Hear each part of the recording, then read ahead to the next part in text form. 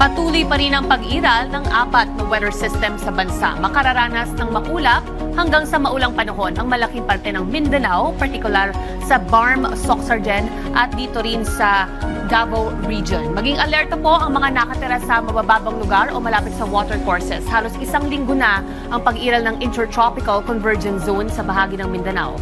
Samantalang hanging silangan o yung easterlies naman ay nagdadala ng mainit hanggang sa maulap na panahon at maulang panahon sa eastern section naman ng Visayas, Aurora at sa Quezon, maging dito rin sa Camarines Norte, Surigao Provinces at dito rin sa Dinagat Island. Patuloy naman nagpapaulan at nagdadala ng kaulapan ang shear line sa Cagayan, Isabela at sa Apayao.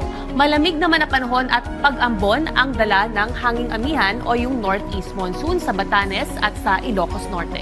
Silipin naman natin ang lagay ng panahon sa ilang mga lungsod sa bansa. Karagdagang kaalaman naman sa mga weather system na nakakaapekto ngayon sa bansa.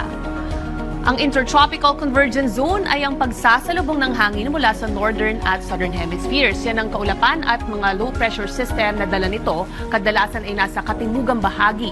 Umiiral yan sa ating bansa. Ang shear line naman ay isa ring wind convergence o pagtatagpo ng malamig at mainit na hangin dito sa bansa. Ito yung pagsasalubong ng malamig na hangin na amihan at mainit na hangin silangan. Karaniwan ito umiiral sa tropical countries tulad ng bansa.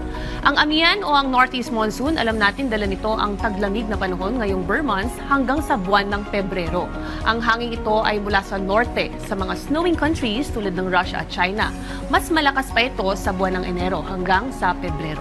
Samantalang easterlies naman ay ang humid breeze mula sa dagat Pasipiko. Maraming weather system ang nakakaapekto sa bansa ngayon, lalo na ngayong La Niña.